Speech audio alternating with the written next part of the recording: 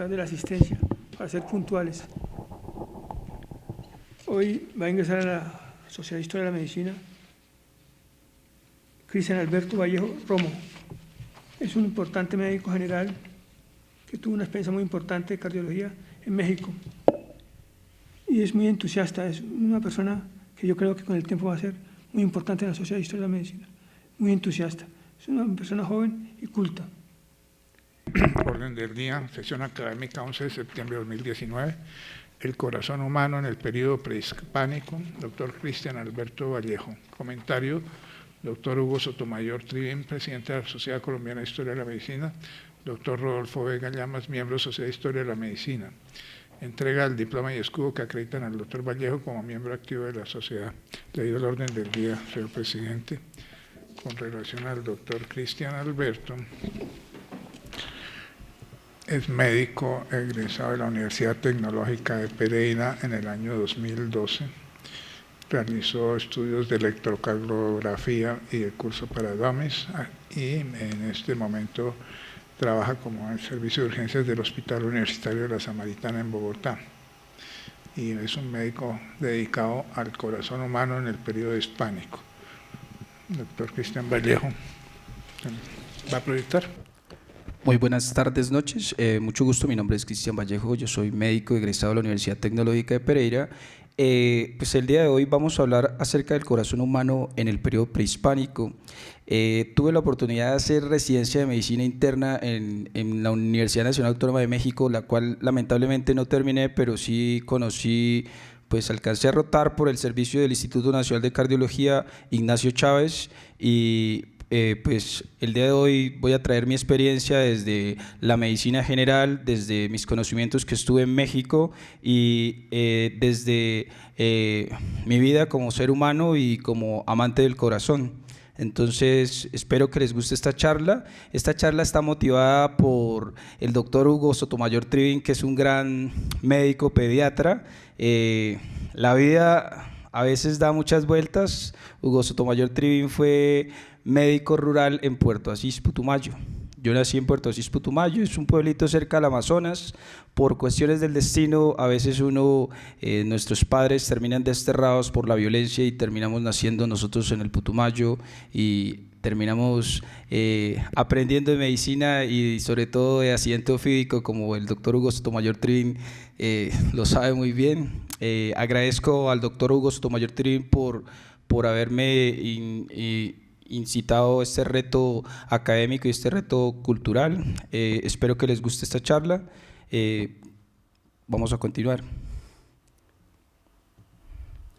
Bueno, como siempre, pues es muy importante que sepamos el decálogo del médico humanista. Lo primero es respetar la vida humana de las personas y el cuidado de la salud de los individuos. Lo segundo, la primera obligación de un médico es ser moralmente competente, tener conocimientos. Lo tercero, siempre beneficiar a nuestros pacientes, no hacer mal. Lo cuarto, también tratar humanamente a nuestros pacientes. Es muy importante, se nos está olvidando, nos hemos vuelto técnicos en medicina y nos hemos olvidado de la parte humana. El quinto, es muy importante tener ideas y valores de expresión provenientes del mundo del arte y de las letras. Un patólogo de Barcelona hizo famosa una frase muy bonita que se llama: el médico que solo de medicina sabe, ni de medicina sabe. Entonces, en estos tiempos nosotros pues necesitamos de más médicos humanistas y no técnicos. Dentro del sexto mandamiento, siempre empatizar con nuestros pacientes en el trato y también es importante saber los deberes que tenemos con nuestra comunidad, ya que existe una dimensión social de enfermarse. Lo octavo, tratar a nuestros colegas con la debida deferencia, el respeto y la lealtad y la jerarquía. Se nos ha olvidado mucho la falta de colegaje que hay dentro de nuestros colegas, no nos respetamos. No tratamos a nuestros colegas como quisiéramos que nos tratáramos a nosotros mismos. Y el noveno es reconocer a los restantes profesionales de la salud, por ejemplo, las enfermeras, los auxiliares, como unos verdaderos colaboradores y que son nuestras manos, que tienen derecho a ser tratados como personas responsables y entendidas en la materia. El último del decálogo tendrá el derecho a objetar científicamente o en conciencia las demandas irracionales o antihumanas de nuestros pacientes. Pasa mucho en nuestra cultura y en nuestro sistema de salud que los pacientes ya no creen en el médico, ya se olvidaron del respeto y mándenme la resonancia, mándenme el TAC, y el criterio médico, la autonomía del médico queda rezagada y relegada a otros estamentos. Bueno, ahora sí, entrando en materia, los objetivos de nuestra investigación, el corazón en el periodo prehispánico, es conocer los significados del corazón humano en las civilizaciones azteca, maya en Mesoamérica, los muiscas y el imperio inca en Suramérica, analizar las contribuciones desde la lengua, la literatura, la medicina y la religión. Vamos a analizar estas 4 culturas que son las principales en América. Los mexicas o los aztecas, comúnmente conocidos, llamaban al corazón como el yoyol, lo asociaban con la vida, el lugar, el alma, donde residía el alma se llamaba el teyolia. ¿Sí? Eso lo evidenciamos mucho en nuestra poesía náhuatl. En México hay 2 millones de personas que hablan náhuatl y no es una lengua muerta. Generalmente en nuestros servicios de medicina interna y en nuestros servicios de urgencias me tocó muchas veces atender pacientes en náhuatl. Los relatos de cronistas, códices y también la antropología y la arqueología moderna nos dan evidencias acerca de cómo nuestros antiguos pensaban acerca del corazón. En los mayas, en México, en el sur de México, en la provincia de Yucatán y Mérida y parte de Guatemala, el significado del corazón es llamado Pusqui Itkal. También está asociado con vida. Hay muchas evidencias, como la literatura maya, que está publicada en la biblioteca de Ayacucho, los códices y los relatos de los cronistas, sobre todo un gran cronista que fue una persona que también hizo mucho daño a los indígenas, Fray Diego de Landa. En Colombia tenemos a los muiscas. La palabra puiqui también está relacionada con la vida y los deseos, y también tenemos cronistas muy importantes como Fray Pedro Simón y Fray Pedro Aguado, y algunos como Lucas Fernández de Piedrahíta, entre otros. Por último, los incas en el Perú llamaban al corazón el zonco. El zonco era la sede de las emociones y el espíritu o el alma, el zonco oncoy en quechua. Tenemos abundante literatura, poesía quechua en la biblioteca de Ayacucho, algunos importantes cronistas como Felipe Guamán Poma de Ayala, el Inca, descendiente de la dinastía Garcilaso de la Vega, y la arqueología y la antropología como Guido Lombardi. El profesor Hugo Sotomayor conoce muy bien a Guido Lombardi y pues ha publicado dentro de los estudios mundiales el estudio Horus y algunos estudios de arqueología y antropología moderna, en donde se evidencia que la aterotrombosis, el fenómeno de aterosclerosis en las arterias coronarias y las enfermedades como la enfermedad arterial periférica sí existió en el Inca, e incluso Felipe Guamán Poma de Ayala lo relata en los relatos y crónicas del Buen Gobierno en el siglo XVI. Vamos a empezar por los diarios de Cristóbal Colón. El lunes 24 de diciembre de 1492, el almirante Cristóbal Colón describió su éxtasis ante los aborígenes. En los diarios de Cristóbal Colón, que lo podemos encontrar en algunas bibliotecas importantes, pues acá en Colombia, en la biblioteca Luis Ángel Arango, podemos encontrar un manuscrito de él. Confieso a vuestras altezas que en el mundo creo que no hay mejor gente ni mejor tierra. Ellos aman a sus prójimos como a sí mismos y tienen a un habla la más dulce del mundo y mansa y siempre con risa. Dentro de los significados del México prehispánico que vamos a hablar en orden, yoyol significa la esencia de la vida. De la palabra yolí, el semantema yolí en náhuatl podemos asociarlo con yolo cayol. Yoyo Cayol es persona que es inteligente, o Yoyo Matilisli, la persona prudente que utiliza su corazón con prudencia, o Yol Nonopsa, la persona experta que utiliza su corazón con una sapiencia. Yol Posoni también son sentimientos de ira o corazón enfurecido. Entonces podemos ver en los cantares mexicanos, que es uno de los manuscritos más importantes de la Biblioteca Nacional de México, cómo el corazón representa la vida del azteca o el mexica, que actualmente lo denominan. Los cantares mexicanos, este poema me encanta. Yoyolti Nemoani, el corazón por el cual se vive.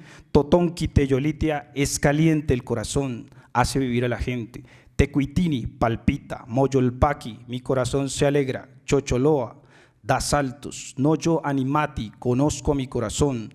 Noyolo con mati, siento mi corazón. Kisemipski noyolti, el corazón todo lo gobierna. Esto está en el Códice Florentino, en el cantar número 10, en la Biblioteca de la Biblioteca Nacional de México, o lo podemos adquirir directamente por ebooks en la Biblioteca Mundial. Aquí está para el que quiera y él tenga curiosidad, puede en internet puede entrar a Biblioteca Digital Mundial y puede ver el Códice Florentino directamente. Pues si no entiende náhuatl, pues más tarde aprenderemos náhuatl con algunos de los pioneros y más importantes del náhuatl en América Latina. El pionero de la poesía náhuatl es Ángel María Garibay Quintana. ¿Cuál es la importancia de Ángel María Garibay Quintana? Ángel María Garibay Quintana fue un cura mexicano, no es español, es mexicano, nació en Toluca. Él fue el que llevó esos manuscritos, ese códice florentino, esos cantares mexicanos a nuestro idioma, al español, al que todos hablamos, pero nos enseñó a hablar náhuatl, y a todo el mundo, a los antropólogos y los arqueólogos, estamos contentos de leer poesía náhuatl. Los invito, afuera hay una exposición y están los libros originales de Ángel María Garibay, que son pues un tesoro que pues tiene más de 50 años de haber publicado por la editorial de la Universidad Nacional Autónoma de México. En Colombia es muy difícil conseguirlos, pero aquí traje los libros originales. La llave del náhuatl, para el que entiende o quiere aprender acerca del náhuatl, hay que leer la llave del náhuatl, que es como decir el náhuatl de Coquito. Sí, entonces, si usted quiere aprender náhuatl o tiene el gusto, pues porque yo no soy un experto en náhuatl, me gusta el náhuatl, pero no lo hablo con fluidez, pero sí entiendo algunas cosas. Pero si uno quiere volverse un experto, debería empezar por la llave del náhuatl. Otra persona muy importante que actualmente está vivo, tiene 92 años, es Miguel León Portilla. Miguel León Portilla hizo su tesis de doctorado en 1958 acerca de la filosofía náhuatl. Hizo algunos artículos como 13 poetas del mundo azteca y recopiló los cantares mexicanos. O sea que en mi concepto es la poesía más importante que tiene México en el momento, y que tiene un valor y una lírica impresionante que debería existir en todas las bibliotecas. Aquí en Colombia no existe, no está en la biblioteca Luis Ángel Arango, no está, en la biblioteca mía sí está, pero la tengo en Pereira, entonces acá no lo traje. Sí, entonces me queda muy difícil. A veces los libros son cosas difíciles de cargar y de transportar, ¿sí? 13 poetas del mundo azteca es un libro fundamental que fue publicado en 1965, en donde Miguel León Portilla le dio vida y rostro a poetas del siglo XIV y el siglo XV y el siglo XVI, en donde les enseñó y les dio el rostro. O sea, vamos a ver ahorita, conocer, no tengo toda la charla para hablar de los 13 poetas, solo vamos a hablar de uno de los más importantes, porque en los cantares mexicanos hay 30 poemas de Netzahualcóyotl, que es uno de los poetas más importantes del siglo XV.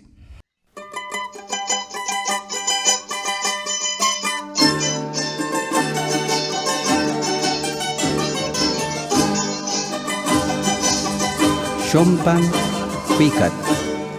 Amoscalco pegacuica, yeyecowa, quimoyowa xochil, onahuia cuicat. Icahuaca cuicat, oyowali, ewatiwis, sankin inquililla, tosochayac, quimoyowa xochil onahuia cuicat.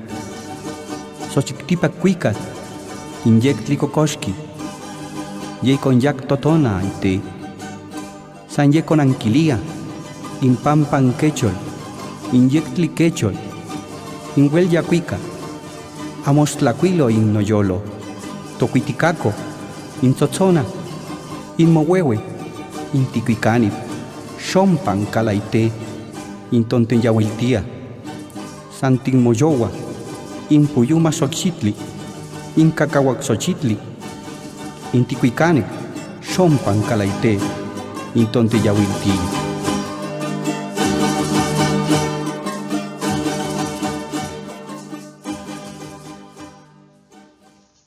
Bueno, pues el que tenga dudas acerca de la lírica de los náhuatl, pues tiene que consultar esta fonoteca literaria. Es muy importante también, es www.palabravirtual.com, en donde van a escuchar todos los poemas de Nezahualcóyotl y de otros. Entonces, si tienen algunas dudas, también pueden averiguar afuera. Está el libro de poesía náhuatl de Ángel María Garibay y la mejor biografía de Nezahualcóyotl. Ahora pasamos a los sacrificios humanos en los mexicas. El yoyol, el corazón y la chalchihual, la sangre, eran concebidos como esencia de la vida y era el don más valioso con el que podrían retribuir a los dioses. Entonces, esto es importante en la cosmovisión de los mexicas o los aztecas, porque la sangre era la vida, el corazón era la vida con la cual ellos retribuían a sus dioses que se sacrificaron. Hay una leyenda, la leyenda de los soles. Los dioses aztecas se sacrificaron para crear los seres humanos. Este es un artículo fundamental, publicado en el Instituto Nacional de Cardiología, se llama El corazón y la sangre en la cosmovisión mexica, es hecho por el cardiólogo el doctor Carlos Barrera Ramírez.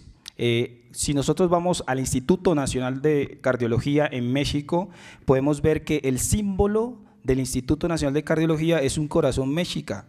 Entonces ellos tienen muy arraigadas sus tradiciones culturales y eso es importante porque pues, si vamos acá muchas veces nos olvidamos de que nosotros no reconocemos, nos creemos franceses o nos creemos ingleses. Sí. Dentro de la bibliografía existe mucha acerca del sacrificio por extracción de corazón, el sacrificio por decapitación, el zompantli. Es difícil hablar acerca del sacrificio humano, pero yo le traje acá 3 libros fundamentales que son Muerte a filo de obsidiana del doctor Eduardo Matos Moctezuma, es el director del Instituto Nacional de Antropología de México. El sacrificio humano entre los mexicas de Yolot González Torres, que es una gran investigadora también del Instituto Nacional de Antropología, y el sacrificio humano entre los aztecas de Michel Graulich. Michel Graulich falleció hace 2 años, pero es un gran investigador belga. Dentro de los investigadores están Paul Kirchhoff, Edward Seller, hay otros investigadores de la talla de Daniel Brinton, y pues me quedaría la conferencia muy corta para yo pues tratar de profundizar en estos investigadores que tanto han aportado a la comprensión de que los aztecas no eran bárbaros ni eran personas que caníbales o algunas cosas que la gente piensa que eso existió. No, los aztecas eran religiosos sumamente sagrados, ¿sí? Y dentro de eso el corazón implicaba mucho. Bueno, vamos a hablar ahorita de las evidencias pictográficas. Las evidencias pictográficas son importantes porque dentro de los códices está el códice laúd. ¿Por qué se llama laúd? Porque William Laud lo compró en Alemania y después se lo llevó para Inglaterra, como siempre, con todas las cosas mesoamericanas e incluso las colombianas también. Más tarde ahora hablemos de la salina de Mongua y pues da lástima que muchas de nuestros códices y nuestros tesoros terminan en coleccionistas extranjeros, terminan en museos de Londres, en Berlín, pero no terminan en el Museo de Sogamoso ni en el Museo del Marqués, o sea, es difícil. El códice magabliequiano es importante, que nos expresa el sacrificio de corazón en un festival que se llama el Festival de Nahua Ollin, que finaliza con la danza del mensajero del sol, quien subiendo la escalinata que lo llevaría a la entrada de Cuapcali. El Cuapcali era el templo o la casa del águila, ¿sí? El corazón y su sangre serían colocados en la Cuaxicali, que se encontraba detrás de la figura de Ali. La Cuaxicali era la vasija donde depositaba el sacerdote azteca o el sacerdote maya los corazones sangrantes y la sangre, que era la chalchihual. Otro códice importante también que nos representa el sacrificio por extracción de corazón es el Códice Tudela. Entonces son documentos históricos muy importantes que reconocen que nosotros, los aztecas, sí realizaban sacrificios por extracción de corazón y que la verdad era una cosmovisión dentro de un rito religioso. La palabra sacrificio es hacer sagrado y dentro de eso es un ritual que más tarde veremos cómo es el ritual y qué se hace dentro del sacrificio humano por extracción de corazón, analizando desde las evidencias osteotafonómicas. Los instrumentos que se usaban en los sacrificios por extracción de corazón están el tlalpanhuehuel, que es un tamborcito que lo utilizaban para llevar a los cautivos o a los guerreros cuando los iban a sacrificar, y pues es hecho en madera en la ciudad de Malinalco. Este tambor se encuentra en el Museo Nacional de Antropología en México y era usado por los aztecas en las ceremonias de sacrificio por extracción de corazón. El tecpal o cuchillo de los sacrificios era un elemento importante con el cual los sacerdotes abrían el pecho de la víctima para extraer el corazón y lo alimentaban a los dioses, en especial al dios del sol, quien les iluminaba la tierra y daba sustento a sus vidas. El tecpal de obsidiana, donde ven el rostro, ese tecpal es representa al dios negro, al dios Tezcatlipoca, quien representa el viento asociado con el norte y la dirección de la muerte. Entonces, estos cuchillos de obsidiana son muy filosos y muy parecidos a los que utilizan los cirujanos cardiovasculares en nuestra época. Generalmente, la obsidiana es un mineral muy resistente y también tiene mucho filo. El ocelot Cuapcali o vasija de sacrificios jaguar, cuando uno entra al Museo Nacional de Antropología en Ciudad de México, en la sala azteca hay 8 salas. La primera es la más importante en mi concepto, es la sala azteca y la sala de los olmecas, ¿sí? Entonces mira el jaguar, que es una vasija en donde se depositaban los corazones y la sangre de los sacrificios por extracción de corazón, y la Cuapcali, que es la vasija en forma de águila. Vamos a hablar de una de las esculturas más importantes de los aztecas, que es la Piedra del Sol, que representa los sacrificios humanos relacionados con el culto de Tonatiuh o el dios del sol. El Tlatelcuhtli o el sol nocturno del inframundo. Entonces, como podemos ver en el centro de la figura, está el dios del sol, generalmente mal llamada calendario azteca, ¿sí? Pues muchas personas creen que esto era para mirar a ver si la fecha, o generalmente se utilizaba como culto al sol, ¿sí? Por eso se llama Piedra del Sol. Otra obra importantísima es la Coatlicue, que es la obra maestra de la escultura azteca, que representa la tierra y la fertilidad y representa la dualidad. El pensamiento dual de los aztecas es la vida y la muerte, la relación monstruo-víctima, y pues podemos ver en la Coatlicue, es la obra maestra de la escultura azteca, podemos ver 2 cabezas de serpientes que se juntan, entrelazadas y que dan forma a su falda. Luce un collar enhebrado con corazones y manos con la calavera de una víctima de sacrificio. La historia de la Coatlicue es un poco triste, porque cuando la descubrieron fue enterrada y desenterrada 4 veces, ¿sí? Entonces, gracias a muchos indígenas, la primera vez que estuvo expuesta y guardada por los monjes y los frailes fue en la Universidad Nacional Autónoma de México, que quedaba al lado en el centro, ¿sí? En el museo, ahorita es un museo. Entonces la volvieron y la enterraron, la desenterraron porque los indios iban en las noches y se saltaban las rejas de la universidad y adoraban a su ídolo, ¿sí? Entonces es triste porque después llegó el barón de Humboldt, Alexander von Humboldt, en 1810 a desenterrarla otra vez y otra vez la volvieron a enterrar, hasta que en 1960 en el museo, cuando se inauguró el Museo Nacional de Antropología de México, la colocaron en la Sala Azteca, donde actualmente está. Pues en relación a los cronistas de México, el más importante para mí, en mi concepto, es Andrés de Tapia, porque él fue el primero. O sea, él era el capitán de Hernán Cortés y llegó junto con Hernán Cortés y él vio de primera mano, conoció todo, todas las barbaries que se hicieron acá en América, y conoció toda la vida de Hernán Cortés y la Malinche, ¿no? Entonces, en cierta forma, Andrés de Tapia es un cronista que casi nadie lo conoce, o sea, no se estudia, y la obra de Andrés de Tapia, la pueden ver afuera, es de 50 páginas, es algo pequeño, ¿sí? Entonces, también representa la Yoyoltlicue, que es una analogía de la Coatlicue.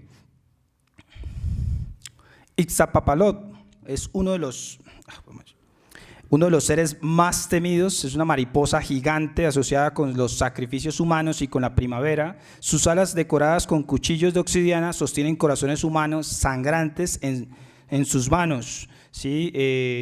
También se puede ver en el Museo Nacional de Antropología de México, en la Sala Azteca. Bueno, ahora sí vamos a hablar de medicina prehispánica. En la medicina prehispánica hay un códice muy importante, que es el Códice de la Cruz de Badiano. El Códice de la Cruz de Badiano fue hecho por el médico Martín de la Cruz. Martín de la Cruz es un médico tlatelolco y fue traducido del náhuatl al español por don Juan Badiano, por eso se llama el Códice de la Cruz de Badiano, pero en realidad lo hizo fue un médico náhuatl, ¿sí? En el capítulo 7 habla del pecho agitado por la angustia, del dolor de corazón. En el capítulo 8 describe los remedios contra el cansancio y el dolor torácico de los que desempeñan un cargo público.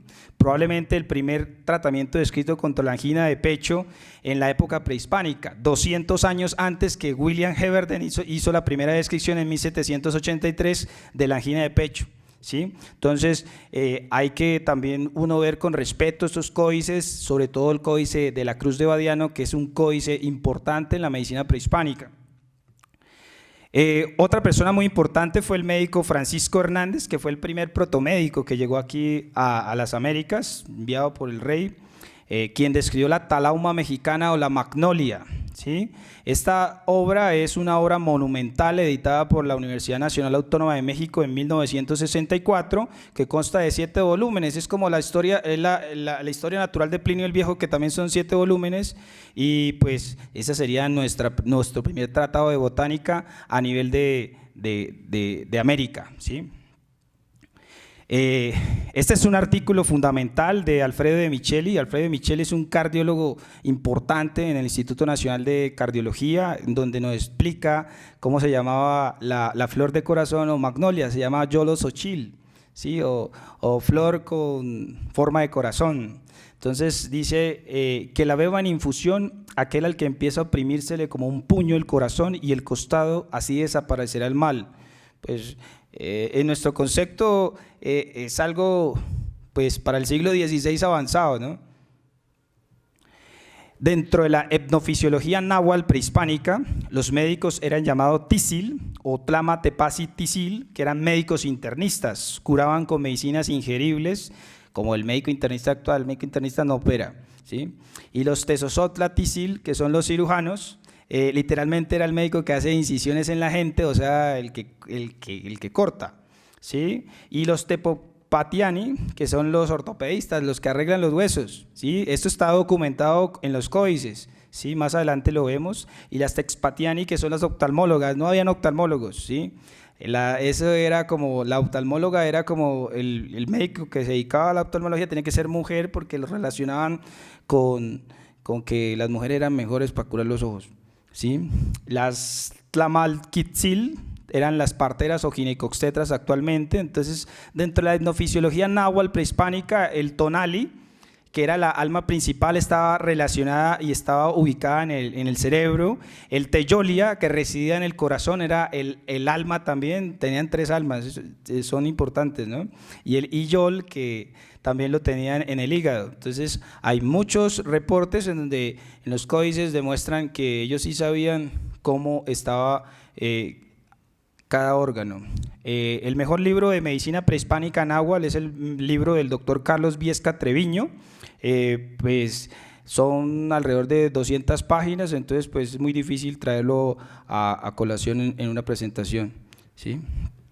Bueno, este es un artículo importante de la doctora Mónica Guadalupe Andalón González, que es doctora en estudios de Mesoamérica, el tísil en la cultura náhuatl del posclásico, en donde pues saqué este pedazo porque los tisis primigenios fueron Oxomoco y Zipactonal, que ejercieron la adivinación y ejercieron por primera vez la medicina prehispánica. Eso está relacionado en el Códice Borbónico en el folio 21.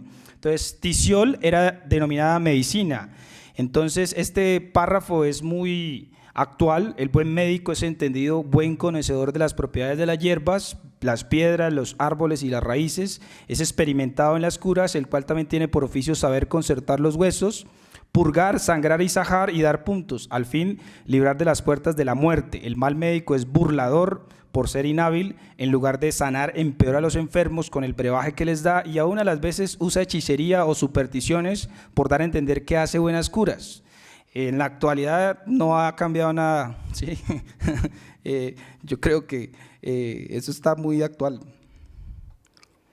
Estas son partes del Códice Florentino, en donde podemos ver los ortopedistas haciendo vendajes, ¿sí? Se utilizaban la raíz de tuna y se entablillaban las zonas lesionadas, y los tesosoclatisil, que eran los cirujanos, cogían las hojas de las espinas de maguey y suturaban. Y el chili también lo utilizaban como cauterizador. El chili es como el ají, pues, ¿sí? Los tisil temixuani, que eran las parteras, pues a mí me impresiona que está haciendo las maniobras de Leopold ese códice florentino, ¿sí? Por primera vez en América. Bueno, vamos a continuar con la etnofisiología. Tlaloc era el dios del agua y el dios del rayo y el dios de las enfermedades del agua. Entonces, todas las personas que morían por falla cardíaca, por edemas, por ascitis o que hacían retención de líquidos, pues iban al Tlalocán. El Tlalocán es un paraíso en donde pues, todos los que les da falla cardíaca en la representación, en la cosmovisión azteca, van al Tlalocán, o sea que no es tan malo. En esta figura podemos ver un paciente sedente con el vientre abultado, las extremidades superiores descansan sobre la cabeza inclinada con el rostro. Podemos ver hendiduras palpebrales con edemas y disnea. En la otra figura también podemos ver una probable enfermedad cardiorrenal, ¿sí? Como manifestaciones del poder de Tlaloc. Tlaloc, pues ya lo he dicho, es el dios del agua y el dios del trueno. Entonces, cuando vayan a México conocen algo que se llama el Tlalocán, ¿sí? Entonces hay algo que muy importante. Este es un mural de Tepantitla en Teotihuacán, y entonces, como ya lo había dicho, la residencia mítica del dios de la lluvia, el lugar paradisíaco donde moran los que fallecen por enfermedades del agua, falla cardíaca, edemas, ahogados y lesiones por rayo. Entonces aquí hay un video. El monte Tlaloc y los sacrificios humanos por extracción de los tlaloques. ¿Quiénes eran los tlaloques? Los tlaloques eran niños. ¿Qué pasó ahí? Eran niños que eran llevados a un monte que queda entre Ciudad de México y Puebla, al lado de Texcoco. hay que subir 4.150 metros si quieren ver. Ese es el lugar arqueológico sagrado más importante y a más altura en el mundo. Entonces, hay un fenómeno que solo se ve una vez en el año, entre el 7 y el 10 de febrero, que podemos observarlo. Hay 3 picos: el pico de Orizaba, el pico... Este video lo representa muy bien, de manos de una de las personas que es el jefe de arqueología del Monte Tlaloc en la Universidad Nacional Autónoma de México y el Instituto Nacional de Antropología. Entonces, soy Víctor Arribalzaga, arqueólogo del Instituto Nacional de Antropología e Historia, director del proyecto arqueológico Monte Tlaloc. Nos encontramos en la cima de la montaña, a 4.150 metros sobre el nivel del mar, donde está un edificio prehispánico del cual se puede observar un fenómeno óptico cada año, del 7 al 12 de febrero, que coincide con el calendario prehispánico, que serían del 7 al 11 los Nemontemi y el día 12 el primer día del año mexica. Solamente es verificable desde este punto, donde 3 montañas se ven como una sola, ¿sí? De izquierda a derecha sería Pico de Orizaba, la Malinche y la Sierra Negra. Entonces, del 7 al 11 sale el sol exactamente en la cima y el día 12 se despega completamente. Entonces tenemos ahí con un marcador en el paisaje. Los trabajos que hemos estado realizando pues han servido para que las personas también comprendan cómo era este edificio que se levantó aproximadamente, o se iniciaron los trabajos en el 300 después de Cristo, ¿sí? Es uno de los edificios más antiguos, más grandes y a mayor altura del mundo.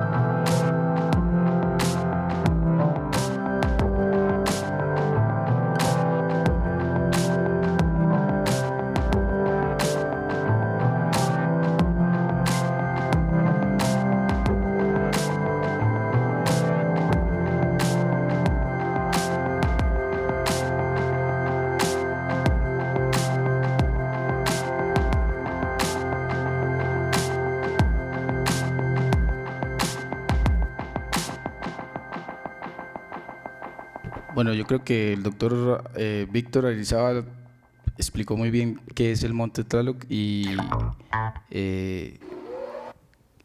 pues ahorita pasamos a la cultura, el corazón prehispánico en los mayas, ¿sí?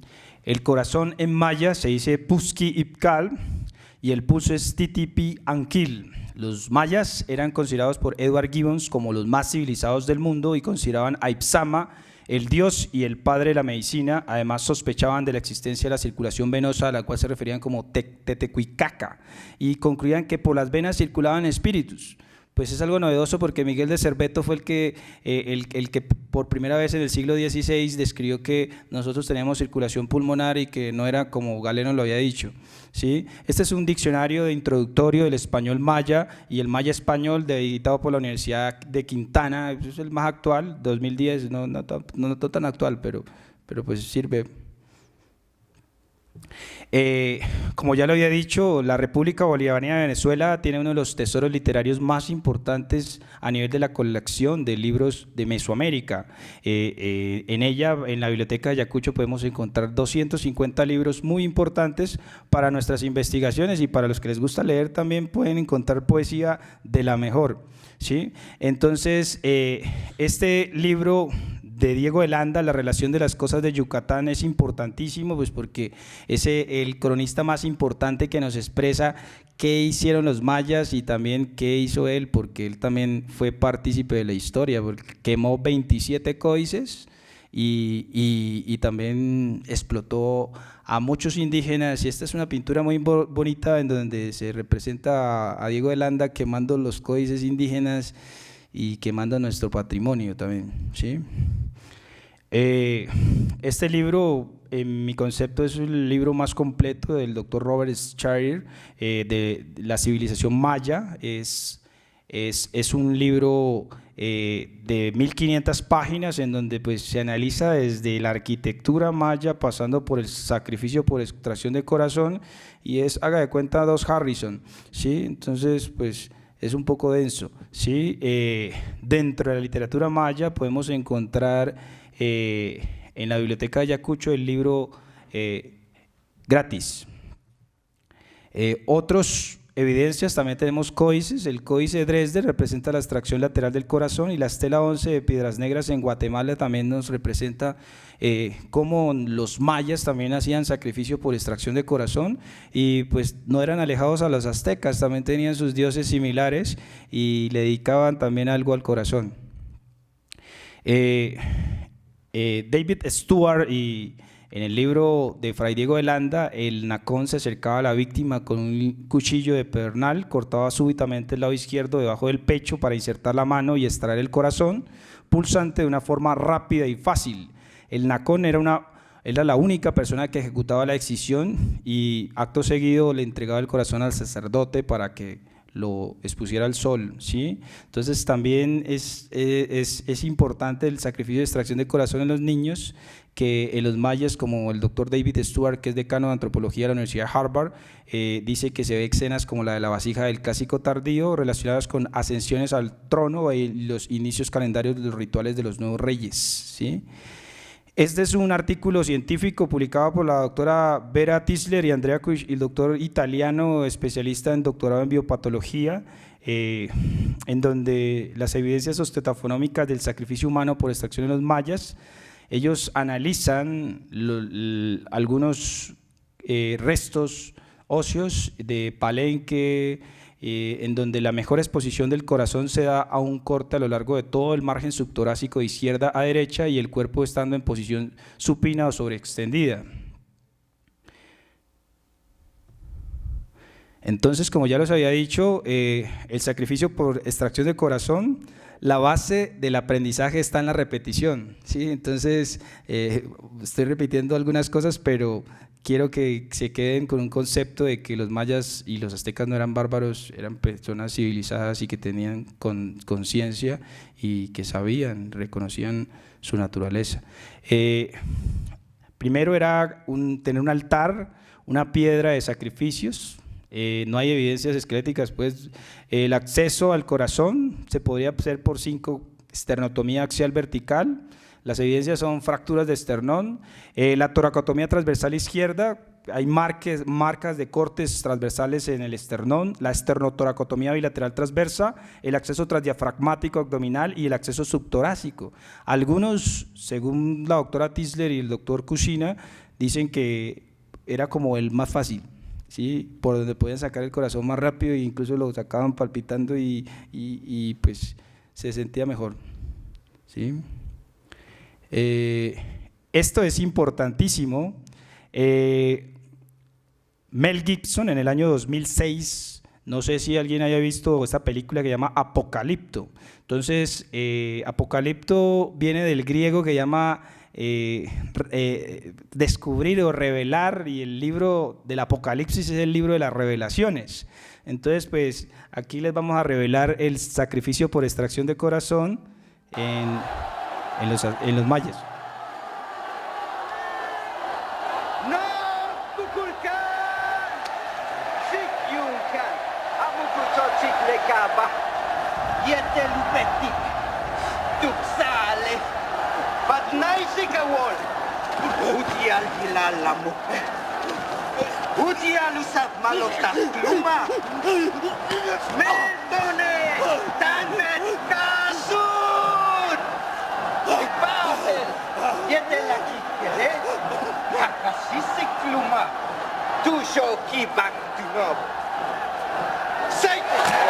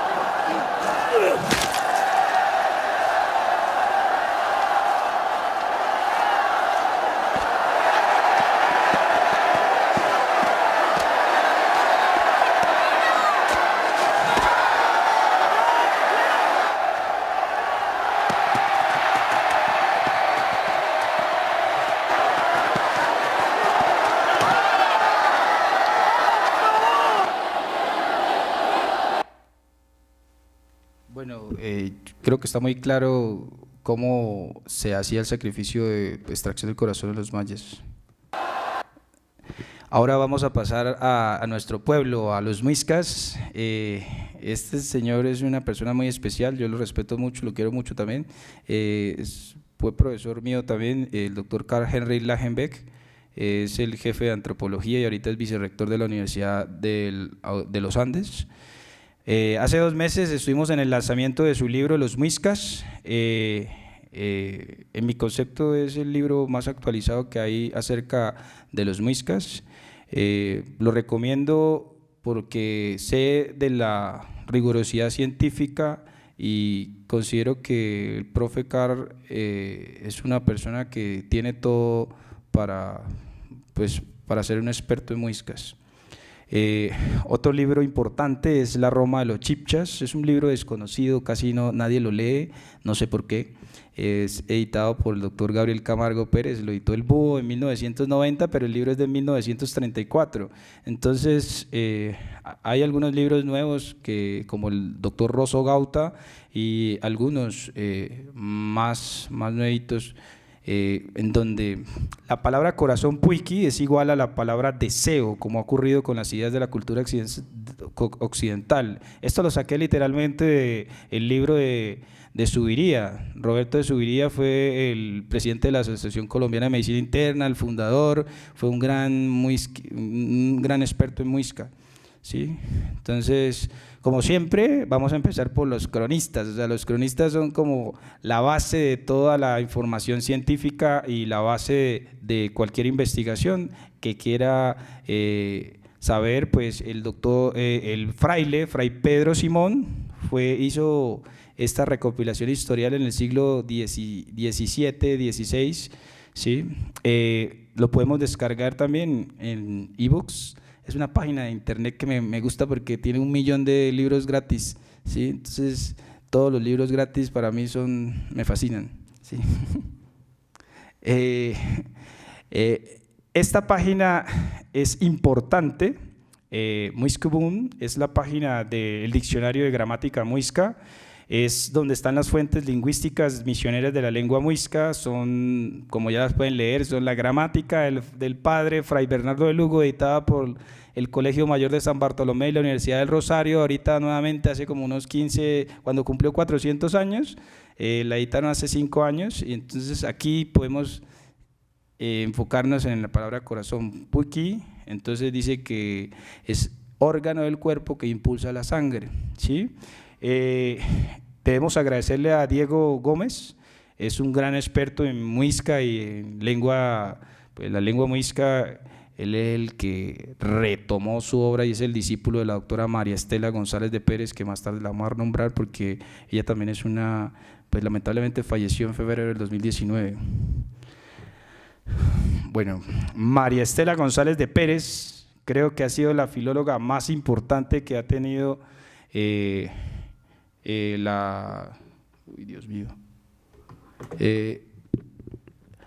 María Estela González de Pérez es filóloga, hizo su tesis de pregrado en la Universidad Nacional y hizo también su maestría, y pues aquí está su obra, ¿no?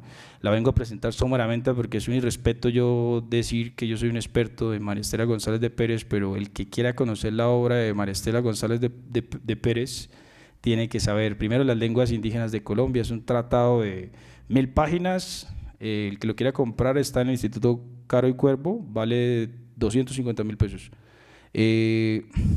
El diccionario y la gramática chibcha, la trayectoria de los estudios sobre la lengua chibcha, el muisca, y las aproximaciones al sistema fonético y de la lengua chibcha.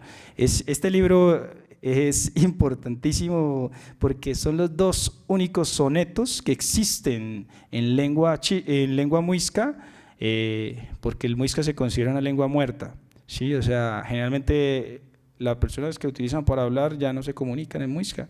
Entonces, pues, lamentablemente pasa eso, ¿sí? Ahorita los vamos a escuchar, fueron traducidos al inglés por un filólogo de Estados Unidos, Nicolás Osler, que también sabe mucho y es un experto, ¿sí? Entonces, Puiki, corazón en lengua muisca, es un artículo muy importante. Esto fue publicado en el libro Muisca, Memoria y Presencia. El muisca es una lengua muerta, como ya lo he dicho, no tiene hablantes que la utilicen como medio de comunicación. Se puiki amuini, está apagado mi corazón. Puikichi, corazón brillante, o puikicho, el corazón bueno. Puiki machuenza, no es bueno su corazón. A puikichie, puikini habilísimo, tiene muchísima habilidad en su corazón, ¿sí? A vos un puiki haceos amigos de corazón, y se puiki y datascua, pensar o meter algo en el corazón. Entonces los muiscas asociaban ese semantema puiki como algo que era muy arraigado. O sea, si uno va a pensar, tiene que pensar con el corazón, ¿sí? Otra persona impresionante, yo pienso que es el médico más glorioso que ha dado la medicina de la Universidad de Yale. Sí, entonces Ezequiel Uricochea es médico colombiano, pero fue el primer médico que se egresó de la Universidad de Yale y hizo doctorado en la Universidad de Gotinga en Alemania. Él era también discípulo de von Humboldt y pues creó su gramática de lengua chibcha. Hay muchos libros importantes de Ezequiel Uricochea. En el Instituto Nacional de Antropología, en la Biblioteca Caro y Cuervo, la biblioteca se llama Ezequiel Uricochea. O sea, muchas personas piensan que los médicos no sabemos nada, pero la verdad es que Ezequiel nos dio unas lecciones impresionantes de filosofía y de lingüista, porque terminó siendo el primer profesor de la Universidad Católica de Lovaina en Bélgica, enseñando lenguas árabes. Oh my God, ¿sí? Entonces lamentablemente murió muy joven en Beirut, ¿sí? Las enfermedades cardíacas del recién nacido, Achisquizunca la representa azul hacerse, se pondrían azules y fallecían víctimas de cardiopatías congénitas cianosantes de origen desconocido. Segocaxamicho, los defectos circulatorios de los miembros inferiores, que acompañados de fistachetok, el dolor torácico, y yaviscua, edemas y sepcamiscua, taquicardia. Podríamos hablar de, pues, una aproximación. No estamos hablando de que los muiscas sabían de tromboembolismo pulmonar, eso es, no, pues, pero sí tenían presente de que sí sucedían cosas a nivel del sistema circulatorio, ¿sí? Bueno, pues como ya les había dicho, el soneto muisca lo van a escuchar en muisca, porque yo no soy experto tampoco en muisca, entonces es difícil uno ser experto en náhuatl, en muisca, en quechua y en maya, ¿no? Es dificilísimo. Entonces lo van a escuchar ahorita porque pues considero que es un soneto que sí se debe escuchar y que hace parte de cualquier antología de poemas. Además porque es una lengua muerta, ¿no? Nadie la habla. Ahorita en el Instituto Nacional de Caro y Cuervo están dando una maestría en lingüística, pero tienen que pagar 6 millones de pesos el semestre, y si quieren aprender muisca son 3 años, entonces pues ahí pueden aprender muisca. Muisca mikata kubunshoku ukasuka, yakunhan shishiranunga hokabganan, libros kubunun ukanunga abshuhukunan, apukushie tragenuku angusuka. Ngashis shikubunuku umchansuka, umpukushietru husku untrasasan, muyas agachunga unga uskuhushan, chakusuasa mabieuku umsunsuka. Arte inshishuanunga ye umkunan, ipkwa bohotrano abe umshie shukunga. Con muisca tabe kie amichinga, ingashis kikaka no hokan, muisca ipuana chihika gunga, umhika Bernardo ukuku abha kunchunga. Bueno, pues este es uno de los sonetos más antiguos que existe en la lengua muisca, que es una lengua muerta, y tuvieron el placer de escucharlo, y pues yo pues no puedo pronunciarlo tampoco. Sí, este es otro.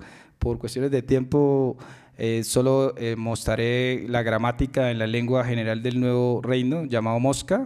Es un libro hermoso, lo pueden ver ahorita en la exposición afuera, está Ahora sí vamos a hablar de Eliezer Silva Celis. Eliezer Silva Celis fue pionero de la arqueología muisca, fue discípulo de Paul Rivet y de Sotelius.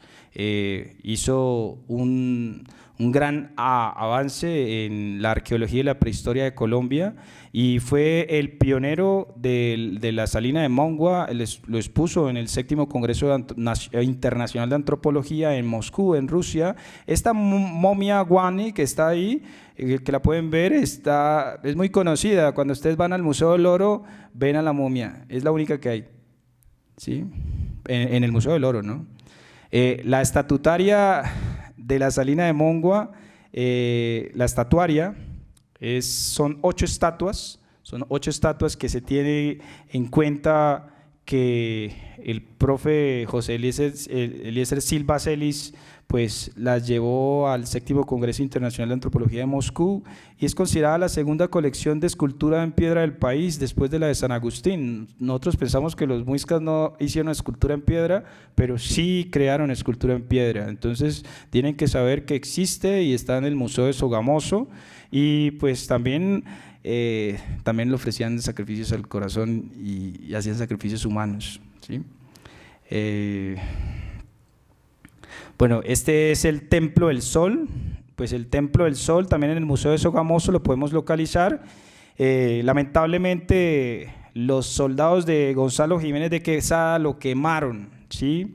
Entonces no hay evidencia pues de que si efectivamente sí haya existido o no haya existido, pero Eliezer Silva lo volvió a construir y lo dejó como un legado para el Museo de Sogamoso, ¿sí? Entonces Chiminigagua era el sol para los muiscas, Bochica era el civilizador y pues hay un mito acerca de cómo se creó el salto de Tequendama, ¿sí? Entonces Chía, que era la diosa de la lluvia, la diosa de la pereza, la diosa de la vida buena, pues tuvo problema con Bochica y Bochica se emputó y con el báculo dorado abrió la montaña en dos y creó el salto de Tequendama, ¿sí?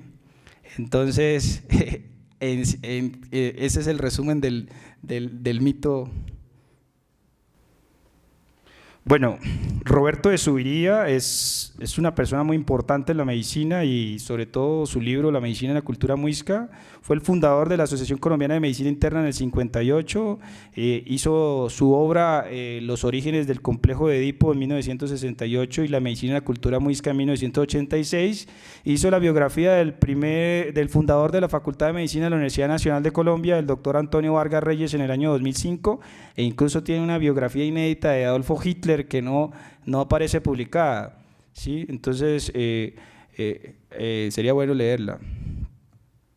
Bueno, esto es un homenaje también al profesor Hugo Sotomayor Trivin. El profesor Hugo Sotomayor Trivin tiene una de las colecciones personales de arqueomedicina más importantes en Colombia y yo creo que en América Latina es de resaltar. Es el síndrome de Williams-Beuren en la cultura tomaco-tolita. Pues el síndrome de Williams, ¿qué tiene que ver con la cardiología? Primero, en esta escultura se mira un edema periorbitario, la frente ancha, la nariz chata, de escaso mentón, y pues estos pacientes que tienen síndrome de Williams se asocian con estenosis supravalvular aórtica. Eso fue descrito en 1961 por John Cyprian Fitzwilliams. La vida de John Cyprian Williams es para hacer una novela. Él era un cardiólogo neozelandés muy importante, pero se perdió y hasta le perdió el rastro hasta la CIA, la DEA, todo el mundo. Después de sus estudios de postdoctorado no se volvió a saber nada. Entonces hay una editorial de una revista argentina en donde dice ¿dónde está John Cyprian Fitzwilliams? ¿Sí? Esto es un homenaje al profesor Hugo Sotomayor Trivin. Fue la primera persona que demostró que por medio de reacción en cadena de la polimerasa en una momia prehispánica el ADN por ribotificación de Mycobacterium tuberculosis. En esta momia podemos ver que tiene mal de Popp y tiene calcificaciones pleurales, probablemente una TB pleural con forma extrapulmonar, ¿no? Entonces abajo podemos ver el ADN de Mycobacterium tuberculosis. Entonces, como sabemos, Mycobacterium tuberculosis también se asocia con TB pericárdica y con compromiso cardíaco, ¿sí? El profe a modo de cuña tiene una de las pues, representaciones eróticas en el arte de Colombia prehispánico, excelente artículo, entonces sí vale la pena leerlo porque es impresionante las esculturas que muestra y las fotografías, muy bonitas, ¿sí? En el quechua pasamos ahorita a la cultura altahuantinsuyo, el dolor torácico, la angina de pecho en la colla en el Inca.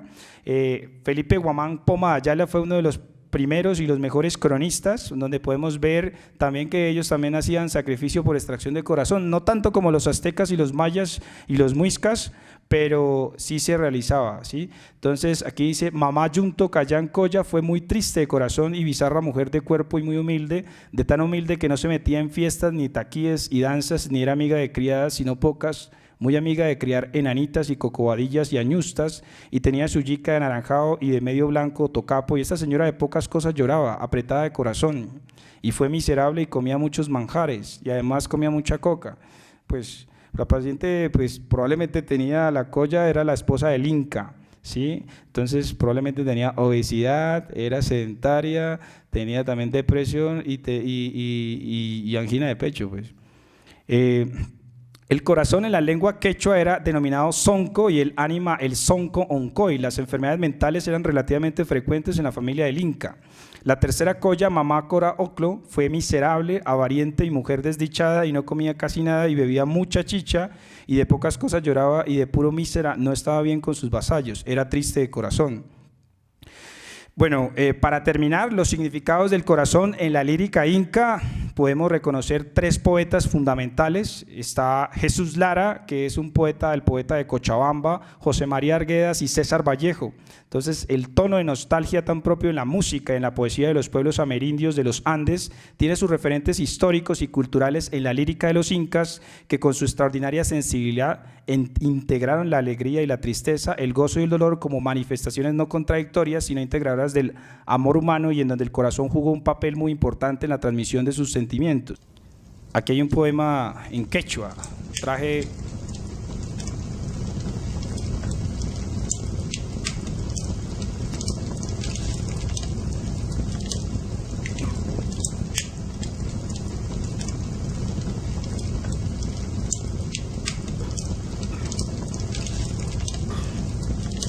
Imainan waira waitapa, hawampi puñon chaynam, hamda yuyaripti, yuyapakus haimus hun waitaikipi. Achikyaipi huni ponkyupa son humpi, kanchari huyulur, rikrayu kubim ham, wakchiri munke. Chaymi, liuruna kaini, yanta kuyura oraren, hamraiko. Hamuyut hamuy. Rikraiman, pawamoy puni, son joyay mi yanja, moshoyunimpi, kiris hasimenwan, sutikita, tuhyay paj, tuhyachin, haparim yanja. Kainatanyara horas paj, leuchachail, kanyakurusaj. Kanyakurus pauchpaña, kaptij, yaki wairach, hunja chiku wairach. Wañoiman, pokoy kuwanja, chingnihta, ariti samaynimwan. Hamoyor pillay, kuskanchikja, wañaypajame, waitarisunchik, kuyakuyniki, kuyakuyniman, kutirimuchun, waylunakuj, urpikuna, kusiwaytan, rauranjaku. Wiñaypajmi, kancharin haku, kawasaypas un humpe. Bueno, por cuestiones de tiempo vamos a seguir, voy a nombrar rápidamente, este poeta se llama Hugo Jamioy, el de la derecha, y Freddy Chicanganá son los poetas indígenas más importantes que tiene Colombia. Hugo es de Putumayo, es pues, amigo mío, ¿no? Personal, él es el descendiente directo de los incas, él es de la cultura inga. Freddy Chicanganá es yanacona y también es Premio Nacional de Poesía Indígena en 1995 de la Universidad Nacional de Colombia. Pues José María Arguedas no tiene presente, o sea, ya todo el mundo conoce sus artículos, y César Vallejo, pues César Vallejo es uno de los poetas más importantes de América. Dentro de la arteriosclerosis está el estudio Horus. El estudio Horus fue un estudio en donde se unieron los mejores científicos en arqueopatología y miraron cuáles eran las momias que tenían aterosclerosis, las egipcias, las incas, múltiples momias en el mundo, y pues se vio que en los incas efectivamente existe la aterosclerosis, y el experto, que es Guido Lombardi, es un arqueopatólogo también muy importante, aquí aparece en la referencia bibliográfica, y podemos describir que efectivamente en 6 momias incas sí existe la aterosclerosis. Otra persona muy importante es Felipe Gull. Felipe Gull es microbiólogo de la Universidad de los Andes, fue una de las personas que dirigió este estudio, lo publicaron en PNAS, pues esto es uno de los estudios más importantes de Chagas prehispánico, en donde se hizo un estudio en base a ribotipificación del ADN del kinetoplasto de Trypanosoma cruzi. Entonces se determinó que las momias, sobre todo las momias incas y las momias del desierto de Chile, la Chinchorro y algunas culturas también, sí padecieron Chagas. Esta es un artículo publicado en The Lancet, en Chagas, la enfermedad de Chagas en una momia inca, y este es un artículo publicado en la enfermedad en la revista de Paleoparasitología del Instituto Osvaldo Cruz de Brasil, ¿sí? En donde sí se evidencia también que el Chagas existió no solo en los incas, sino también en los chilenos y en algunas poblaciones indígenas de Brasil, ¿sí? Este es un artículo publicado en una revista de bioantropología de Chile, en donde se observa cardiomegalia, que es muy característico de la enfermedad de Chagas, y también se observa que tiene pues hepatomegalia y hay periostitis, y también se demuestran algunas lesiones líticas a nivel de esto se relaciona más con mal de Pot por tuberculosis, ¿sí? En conclusión, para terminar, el corazón no tiene una conclusión ni un final, un punto, una idea, nadie lo puede abarcar en todas sus formas, nadie lo puede cerrar en un concepto o en una metáfora, siempre está abierto a una evolución, siempre se está manifestando, expresando de nuevo, siempre eterno. El corazón elabora el mundo de otra manera, y esa manera y ese espacio es al que nosotros nos hace falta lograr aprender a vivir. Por último, traigo una frase muy importante de Ignacio Chávez, que no hay peor forma de mutilación espiritual en un médico que la falta de cultura humanística. Quien carezca de ella podrá ser un gran técnico en su oficio, pero en lo demás no pasará de ser un bárbaro ilustrado, ayuno de lo que da la comprensión humana y de lo que fija los valores del mundo moral. Muchas gracias. Bueno, creo que han escuchado una conferencia absolutamente maravillosa, de una suficiencia enorme. Lo que dije al principio, el doctor es una persona muy culta y nos sorprendió con la información que tiene sobre lenguas indígenas. Entonces, cuando él me presentó lo que iba a decir, yo resolví hacer una conferencia ajustada a la parte antropológica. Estoy yo en San Agustín. Los sacrificios humanos no son castigos, son premios. En el contexto religioso, sacrificio significa dar algo de valor a cambio de algo de mayor valor. Obviamente los sacrificios humanos, hoy en día entendidos a la luz de los derechos humanos, es una locura, pero a la luz de los sacrificios humanos religiosos era normal. Sacrificios humanos hubo en Mesopotamia, un sigurat. Sacrificios humanos hubo en Egipto, en el Antiguo Testamento, en América. América precolombina tiene áreas culturales especiales. El área arqueológica que el doctor revisó principalmente hoy, el área de Mesoamérica. El Perú es el área central, Andes central, y la nuestra, el área intermedia. Colombia, Venezuela, Ecuador, Costa Rica, Panamá, Honduras y Nicaragua. Son lugares importantes. Está Teotihuacán, Tikal,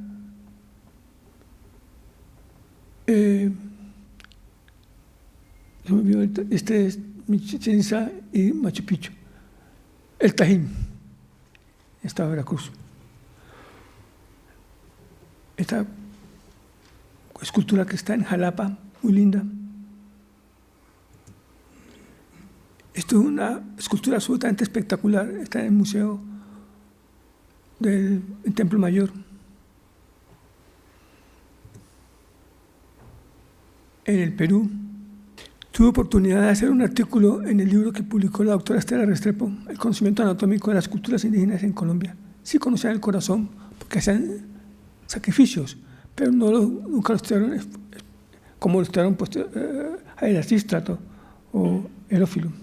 Esto es una pieza arqueológica muy bella de San Agustín, que inclusive la Sociedad Colombiana de Obstetricia la muestra como nacimiento, no es nacimiento, es un sacrificio humano porque tiene los dientes de jaguar.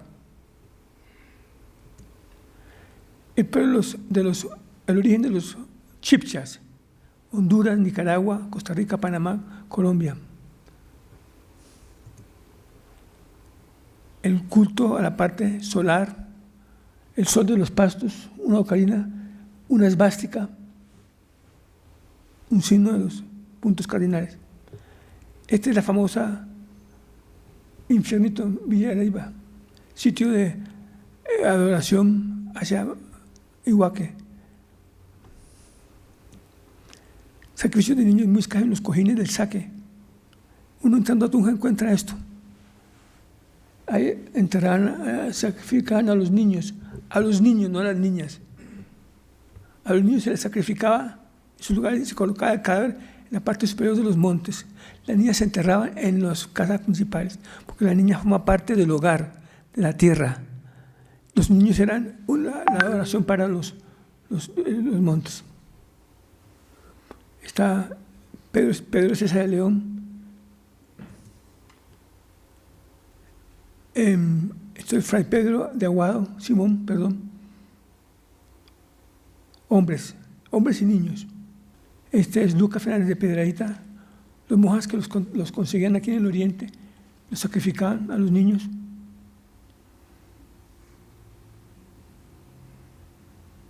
Los engordaban y los sacrificaban.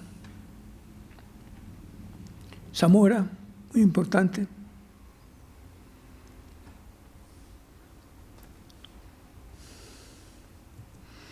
Muy importante, también hubo sacrificios de animales. Cuando no había suficientes monjas, los muiscas conseguían un poco de papagayos y guacamayas, las enseñaban a hablar.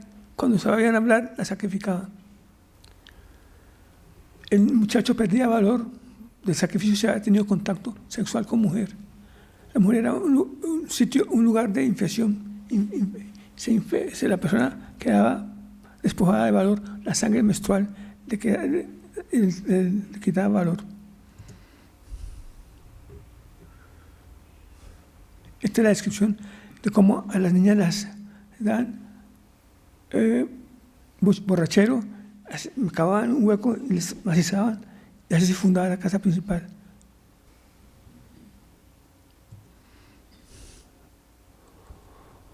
Ofrenda muescas en oro.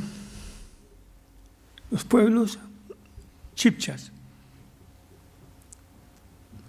Aquí los chipchas hablan la Sierra Nevada de Santa Marta, los Cogi, los Cancuamos, los Ica, los Bari Motelón, los Tunebo,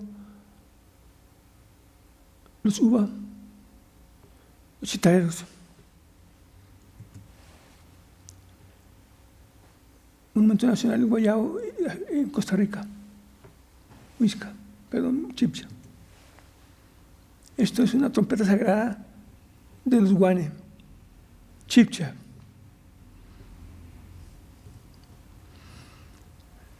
Un caracol de una cancuro aroaca. Cuando estuve caminando por el mundo aroaco, por la sierra, por la Cordillera Oriental, aprendí una cosa muy importante.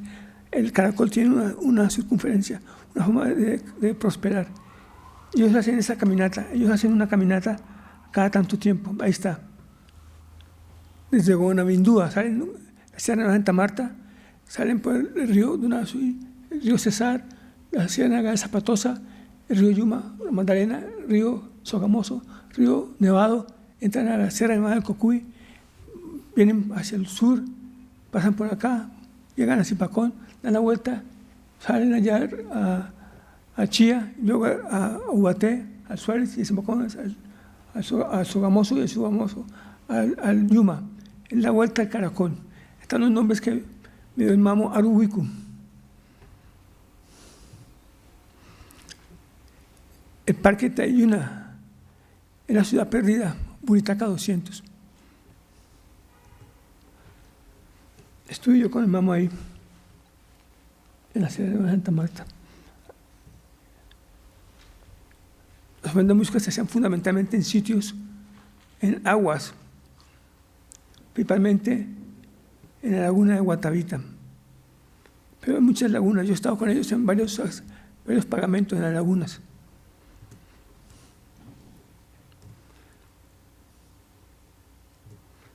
Aquí estoy con el mamo Aruwiku en el centro y un rehuipa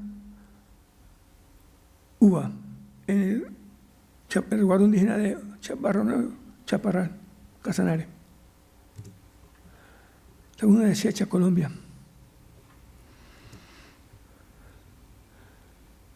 Está en un caduco, sentado. Un indígena Skogi haciendo una ofrenda en Guatavita recientemente. Los Kogis se diferencian de los arhuacos que tienen el gorro puntudo. Y viene el mundo católico. Pero antes del mundo católico, la tradición de los griegos, los etruscos,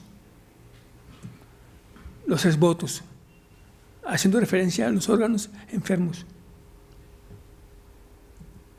Los esbotos etruscos.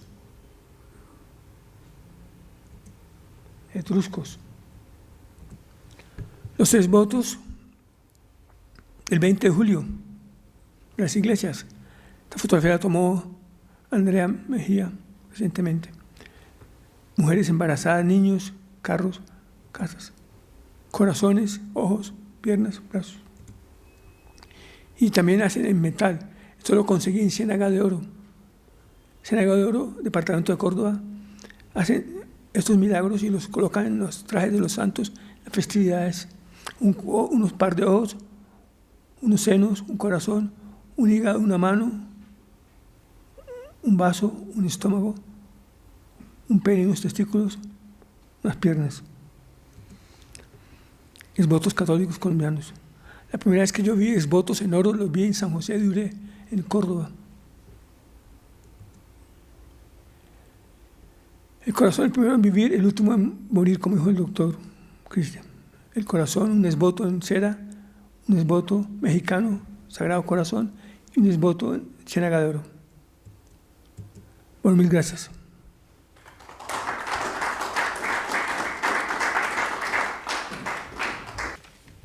Bueno, yo solamente puedo decir que excelente charla del doctor Vallejo y del doctor Sotomayor, y decirles que he aprendido.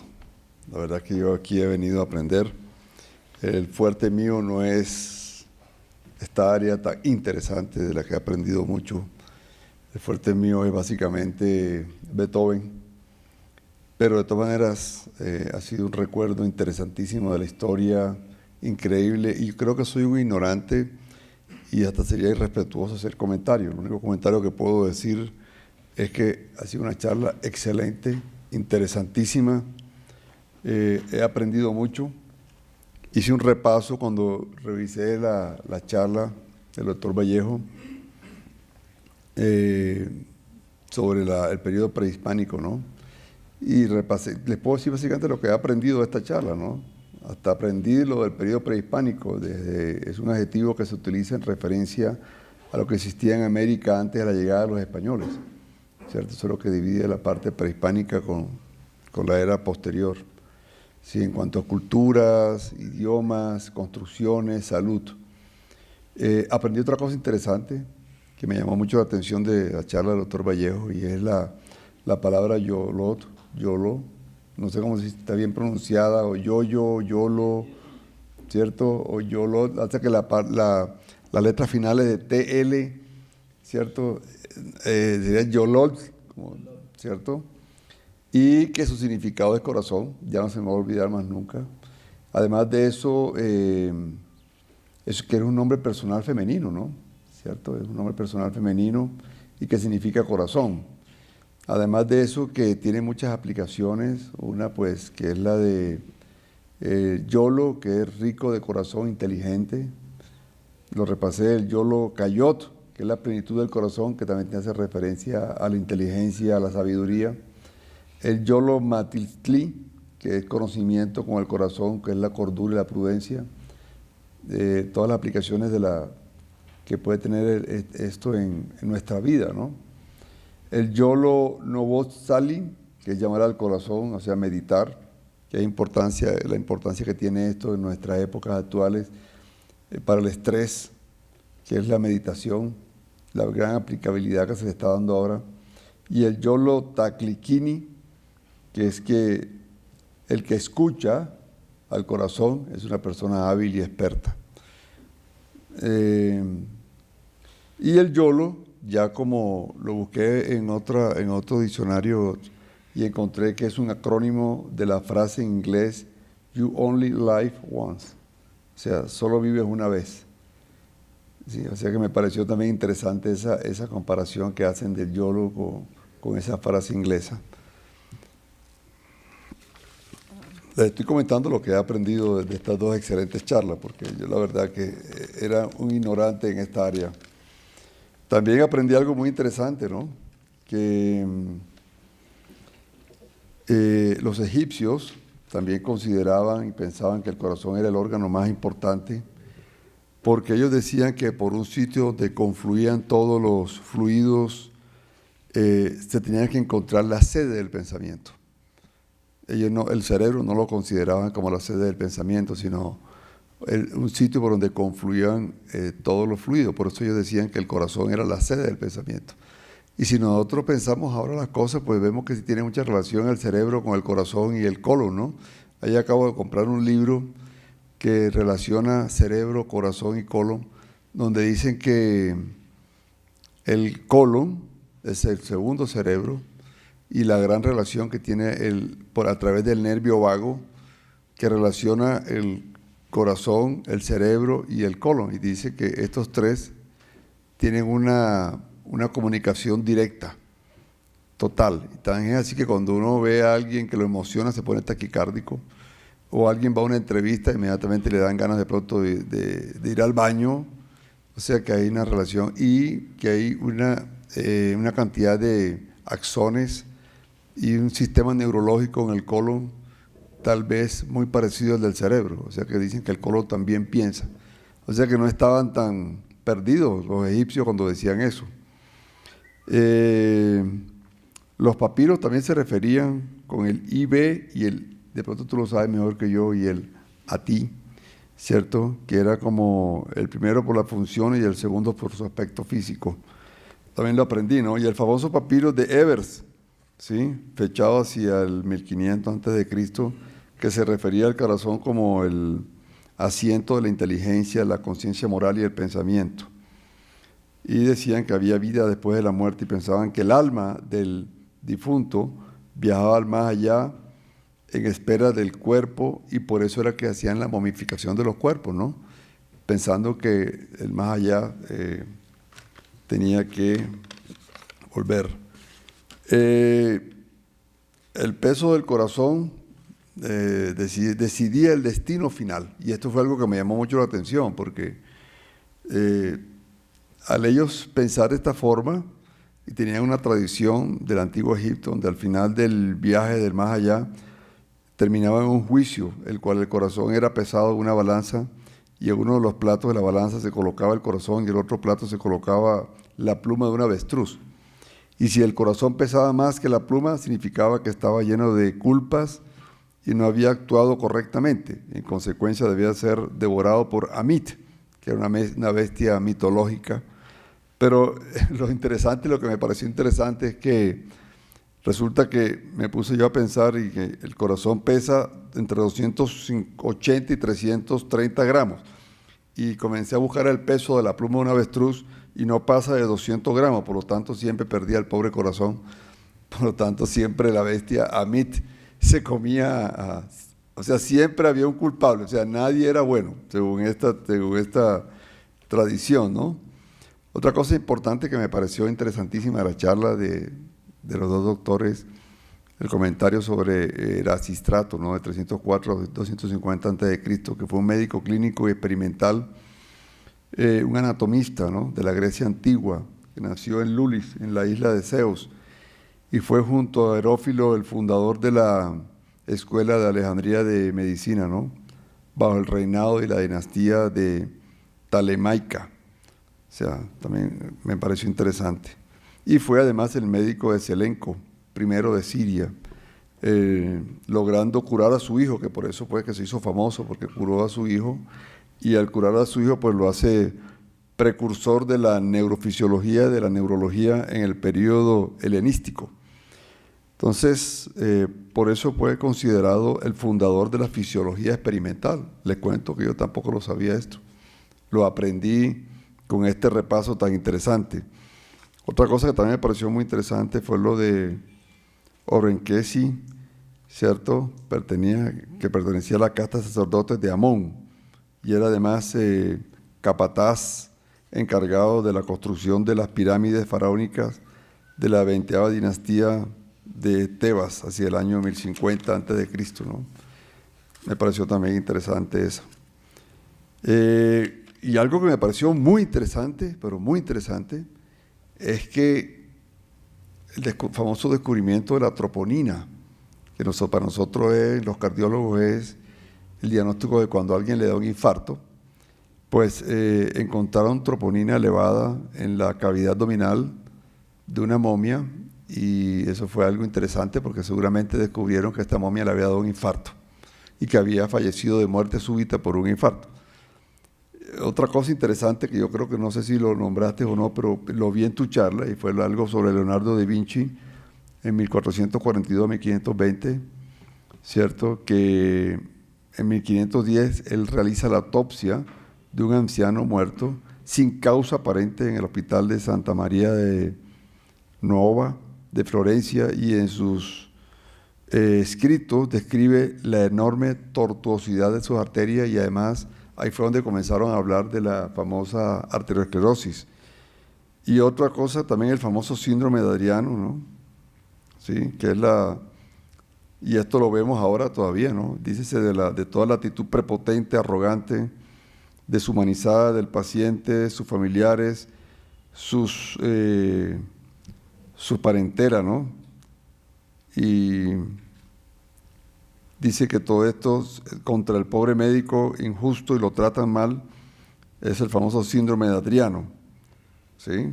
El síndrome de Hermógenes también, descrito en esa época. Y Avicena, el médico persa, ¿sí? Un médico filósofo musulmán, la importancia también de William Harvey y sus estudios de la circulación, de Jean Evariste Purkinje. Purkinje para nosotros los cardiólogos aquí, ¿qué tal, doctor Parrita? Que sabe muy bien, nosotros todo el día hablamos del haz de Purkinje, y increíble que en esa época Jan Evangelista Purkinje, un eminente histólogo y fisiólogo checo, fue el primero que comenzó a hablar del haz de Purkinje. Luego también de Borodín, Alexander, pionero de la enfermedad coronaria, los primeros en hablar del colesterol, imagínense. Ya en esa época estaban hablando del colesterol y el daño que hacía el corazón. La digoxina también, medicamento muy utilizado en la cardiología desde tiempos de antaño. Y el descubrimiento de la aspirina, ¿no? Además, otra cosa importantísima que le hablamos los cardiólogos, que es los factores de riesgo de Framingham, ¿sí? Y sus factores de riesgo. Y el descubrimiento de la aspirina. Posteriormente, pues, me gustó mucho de la charla del doctor Vallejo, pues, las esculturas aztecas, la piedra del sol, ¿sí? El calendario azteca, los recuerdos del profesor Ramón Atalaya, muy conocido y muy querido por todos los cardiólogos, Ramón Atalaya Varela, que fue uno de los pioneros de la investigación de la hipertensión arterial en Colombia. Yo creo que fue la persona de los primeros que habló de hipertensión arterial, hizo un estudio muy importante, ¿sí? Cardiólogo que fue becado en París, donde terminó sus estudios de cardiología y trajo a Colombia el primer electrocardiógrafo. Los dos primeros electrocardiógrafos que entraron a Colombia, uno fue el que trajo el doctor Ramón Atalaya y el otro lo trajo el doctor Carlos Trujillo Gutiérrez, ¿sí? Además, interesantísimo lo que hablaste sobre el estudio de Chagas y el famoso síndrome de Williams, ¿cierto?, en la cultura tumaco. O sea que yo creo que ha sido 2 charlas, doctor Sotomayor y el doctor Vallejo, muy interesante, y les agradezco porque cuando uno aprende algo, crece en sentimientos, crece en cultura, crece académicamente y tiene algo que hablarle a sus hijos, a su familia y a sus amigos. Por eso, doctor Vallejo, doctor Sotomayor, muchísimas gracias por todo lo que me han enseñado hoy a mí y a todos los presentes. Muchísimas gracias.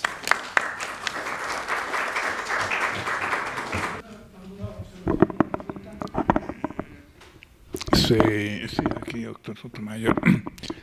Doctor Vallejo, de verdad me adhiero a las palabras del doctor Eso sobre la cultura azteca. Por cuestiones de mi trabajo he estudiado mucho el Códice Mendocino, que el Códice Mendocino, mucho de su contenido tiene que ver con área quirúrgica. Segunda parte, aquí presentamos hace algunos años los pocos médicos que han sido presidentes de la República, que son José Fernández Madrid, Rafael Azuero y Ezequiel Uricochea, ¿no?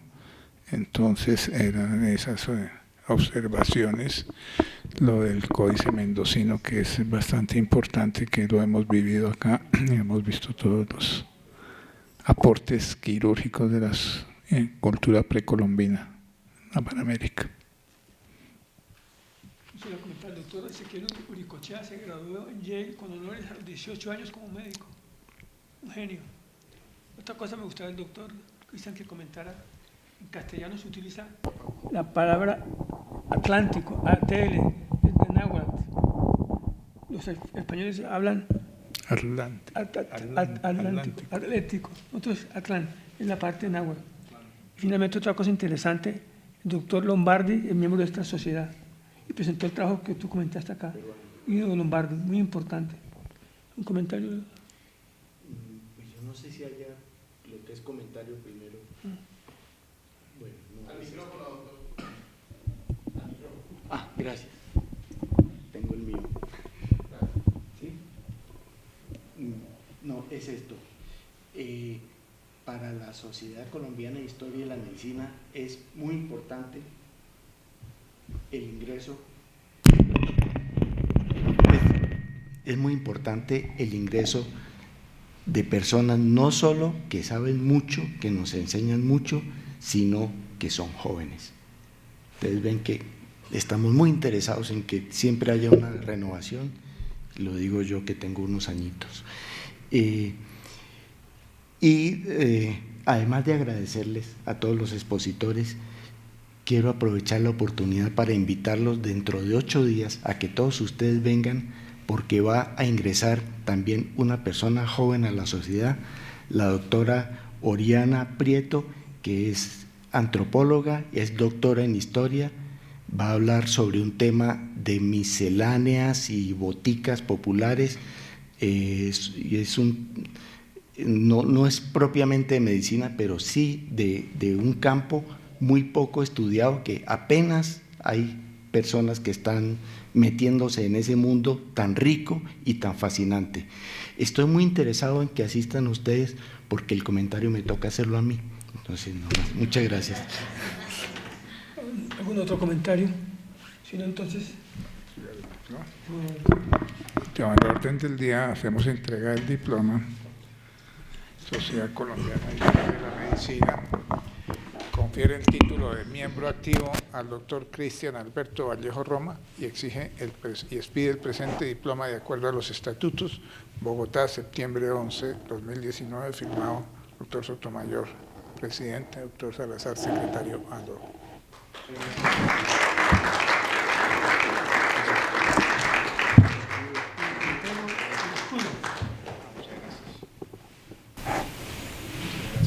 Bueno, Se me va a volar el...